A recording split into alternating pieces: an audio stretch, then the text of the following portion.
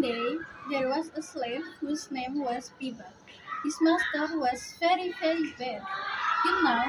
He often punched Biba and did not offer him food for days. Poor Biba. So he escaped into a forest and slept in a cave. Next morning, he heard a loud roar in front of him.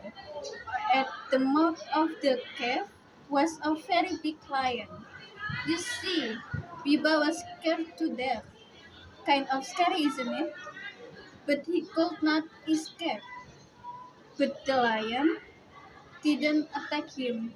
It was time. There was a large thorn in its right front foot. The lion looked at Biba. It seemed to say something like, "Please help me. It's very painful." Biba walked bravely to the lion and pulled out the thorn. Biba and lion turned out to be friends.